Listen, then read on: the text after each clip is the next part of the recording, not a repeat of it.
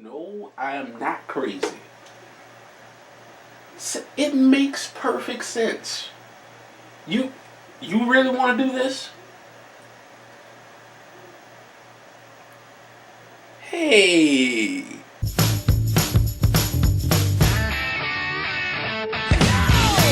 Hello, good morning. Welcome to your Daily Vlogination. My name is Cody, also known as Just Two Eyes, and that's Graham.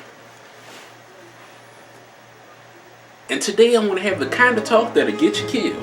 First, do we really need money? Yes, I know you're going to say for bills and food and living expenses. People used to trade good for services and food and other things like that. When they actually used to trade the time and energy instead of, here's $2 for my Frappuccino. Speaking of Frappuccino. Currency is just a way for them to control how much they think we should get.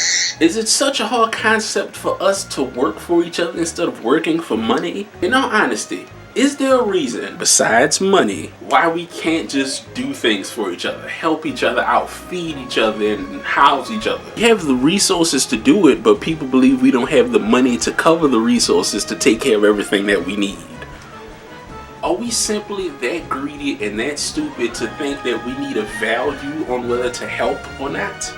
And yes, I admit, currency is a motivation. Competition is a motivation for us to do things. Without currency, jobs would lose a lot of workers. Because people work really shitty jobs for money, without money, there's no reason to have that job. And because of that loss, we would lose a lot of conveniences that we're used to in our everyday life. A lot of things that we can get just like that would be gone. And we would actually have to work hard to get things done.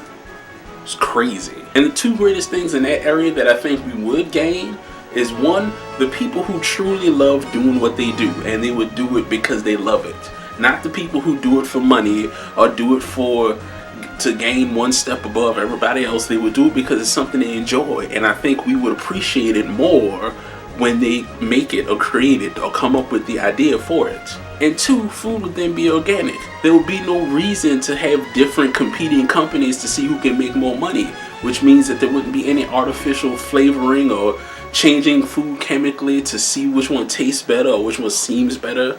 Everything would just be organic and straight-faced instead of just building us up with all this stuff. And that leads me to the sales circle.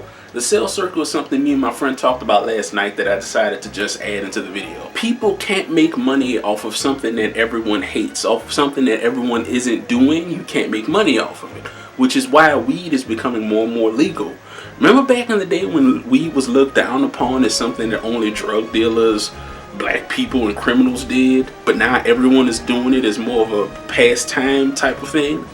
Because of that, now they want to put a price tag on it. Now they want to commercialize it and sell it out to people instead of just making it seem like this is evil. Yes, the same people who brought weed down are the same people who's selling it to you now. And if you think I'm crazy, look back in the Prohibition era before alcohol and cigarettes were really the mainstream thing.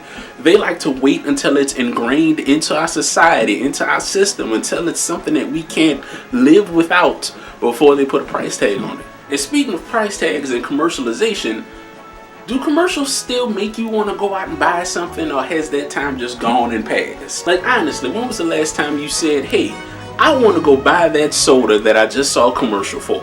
No!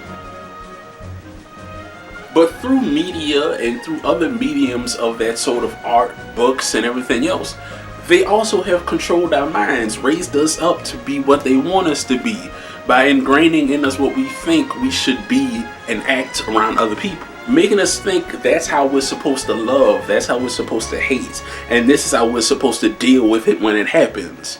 Instead of us learning for ourselves, we're just following by what we saw, following by what we heard, instead of life experiences. Because it has been very few occasions, in my life anyway, where when I've loved or hated or treated someone with respect was very different on how I saw it on the television show. Now the whole reason I'm making this entire video, and I know it seems like I'm going a little crazy right now, I'm not, there's a reason.